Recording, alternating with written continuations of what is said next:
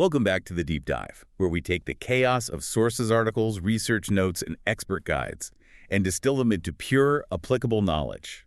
Today, we are tackling what I think you could call the technical debt of digital marketing. It's a huge pain point. It's universal, right? Yeah. You inherit a client's site, or maybe it's even your own, and you find this jumble of tracking codes. Oh, yeah. There's the old Facebook pixel, maybe a new Meta KPI code that someone tried to install. An ancient Google remarketing tag, all just, jammed haphazardly into the header code somewhere. It's a complete tracking mess. And it doesn't just look bad. It slows down the site. It pollutes your data. And every single change means you have to go back to the developer. Yes. That chaos isn't just an annoyance. It's actively sabotaging your ability to run scalable, profitable retargeting campaigns. But there is a solution, a way to shift the entire challenge from messy site code to a clean, centralized interface. Okay, let's unpack this. We are diving into the fundamentals of Google Tag Manager, or GTM, and why our source material calls it the essential, like the non-negotiable tool for anyone who's serious about high-performance retargeting ads. It's absolutely vital. I mean, you have to see GTM not as just another efficiency hack, but as the actual foundational layer for clean marketing data from here on out. So if your strategy involves running ads on, say, Meta and Google, Or if you're even thinking about exploring channels like TikTok or Pinterest down the road, GTM isn't optional. It really is the required standard. It gives you the safest, cleanest way to manage all that complexity. and that's our mission for this deep dive. We want to move past the fear of the technical jargon, really grasp the core principles of GTM, and understand why it's a strategic advantage. And, of course, internalize the vocabulary containers, tags, and triggers that turns it into your command center for all those pixels. We're aiming for a robust setup right from the start. So let's start with the absolute fundamental definition. When you hear Tag Manager, it honestly sounds like just one more thing to manage. What is GTM actually doing that's so revolutionary? What's fascinating here is how GTM completely changes the relationship between your website and all those tracking scripts. Okay. In the old hard-coded world, if you wanted the meta pixel to fire, you would physically, insert that meta code snippet into your website's header. Right. And then if you wanted to update it, or if Meta changed something, you had to go back in and edit the site code all over again. Which means every single marketing optimization gets delayed by a developer ticket. Or worse, you risk breaking something critical on the site. I've seen that happen. It's common. GTM solves this by introducing a centralized system. You install just one piece of code, we call it the container on your site, one time. Just once. Just once. After that, everything is managed externally through the GTM dashboard. So the core benefit is, well, it's operational freedom. You can add, edit, or remove tracking pixels, conversion events, any of that, without ever having to directly interact with your website's source code again. So it's like a proxy layer. I think the best way to visualize this is with that traffic cop analogy the sources kept bringing up. That is a highly effective way to think about it. Yeah? Yeah.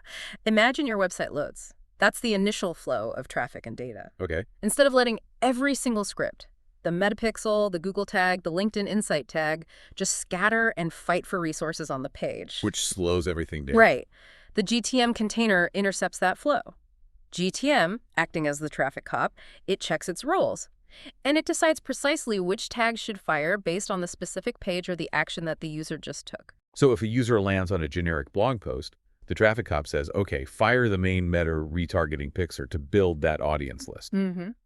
But if that same user then clicks the checkout button, GTM has a different, more specific rule that says, okay, now on this specific action, fire the Google Ads conversion tag. Precisely. And this allows for incredibly clean data segmentation. Each ad platform gets the exact data it needs at the exact time it needs it, and critically, no more unnecessary data. This separation of concerns, website code integrity on one side and marketing tracking deployment on the other, that's the power shift GTM provides. That mechanism makes a lot of sense, but I think the question that always comes up is why? Why bring in a tool that seems complex if I'm only running 1 or 2 pixels? Sure. Is the hassle of setting it all up really worth it? We need to get into the strategic why. That's a fair initial assessment. I mean, it does introduce one new tool, but it eliminates dozens of future problems. Here's where it gets really interesting. Right. Think about the strategic competitive edge. When you hard code, every single change requires a developer or at least some kind of technical access to the site. And the sources point out that troubleshooting becomes a nightmare. if a pixel breaks or it's double firing. You have to manually hunt through lines and lines of code to find the problem and fix it. It's so inefficient. So how does GTM solve for that, beyond just organization? If we connect this to the bigger picture, GTM solves for time to market. It's about speed. The speed, how so? Well, imagine a new ad platform, let's say TikTok, releases a required update to its pixel code next week, which, by the way, they do all the time. Okay. Your competitor, who hard-coded all their tracking, has to submit a ticket, wait for their developer to pull the code, test it, deploy it. It could take days, maybe a week. Meanwhile, their data is messy or just broken. Exactly. You, with GTM, you just log into your dashboard, update the tag in about 5 minutes, hit publish, and you're instantly back to running with clean data. Wow. Okay, that totally reframes the operational challenge, doesn't it? It means I'm no longer dependent on a site manager or developer for these basic marketing adjustments. It does. And that immediate deployment capability, that translates directly into faster testing and just a higher competitive speed. You can pivot instantly. Absolutely. Pivoting instantly is gold in this space. And beyond that, GTM is instrumental for just data hygiene. Hard coding, it so often leads to duplicate tags. I've seen that one too. It completely pollutes your data. It wastes ad spend. The platforms think a conversion happened twice. GTM's rule-based system, since it's managed externally, basically eliminates that risk. You can quickly turn tracking on or off if a test breaks without ever jeopardizing the stability of your core website. Which is essential if you're managing complex funnels or, say, multiple client accounts. That's where it becomes critical. So it's not just about cleaning up the mess from the past, it's about future-proofing your entire setup against the complexity that you know is coming with multi-platform retargeting. And all those frequent platform updates. Precisely. For anyone running campaigns on Meta, Google, LinkedIn, all at once managing those scripts manually is just unsustainable. GTM ensures you have this unified, structured methodology for every single website you manage. Okay, so now that we've made the strategic case for it, let's tackle the vocabulary. The sources were pretty reassuring that you don't need to be a coding guru. Not at all. But you do need to master 3 core components for basic retargeting. That's right. The language of GTM really revolves around 4 main terms. But for just building audiences and tracking purchases, we're going to focus heavily on the first 3. The container, the tags, and the triggers. Let's solidify the first one then, the container. The container is the big box. It's the master account, or the shell that holds all of your other tracking elements. It's like the single envelope you hand to the website. That's a great way to put it. And crucially, like we mentioned, it has a one-to-one relationship with your domain. You install that container code on your website once, and that's the only code from GTM that ever needs to touch your site. Everything else inside it is controlled remotely. Got it. So, moving on, the things inside that box are the tags. What are these exactly? The tags are the actual tracking scripts you want to deploy. They're the specific payloads. A metapixel script that's designed to build a custom audience. That's a tag. The Google Analytics 4 configuration code. That's a tag. The conversion tracking script you want on a thank you page, that's another tag. You're basically loading multiple tags into the container, one for each platform or for each specific purpose. And the real power of GTM, it seems, rests on the triggers. What do they control? Triggers are the operational rules. They dictate when and where a specific tag should be allowed to fire. So tags are the what, and triggers are the how and when. Exactly. For basic retargeting, a really simple trigger is just all pages. You're telling the main metapixel it should fire on every single page load to capture all your general visitors. But the real precision comes when you move beyond all pages. Could you give us a slightly more advanced example of a trigger that shows that kind of control? Certainly. Let's say you want to track an action that doesn't lead to a unique URL. Think about when a user clicks an Add to Cart button on a product page, or maybe downloads a PDF. Right. A simple page view trigger won't work for that. It won't work. Instead, you can create a custom trigger based on the element click, so the ID or the class of that specific button. Okay, so you're targeting the button itself. Exactly.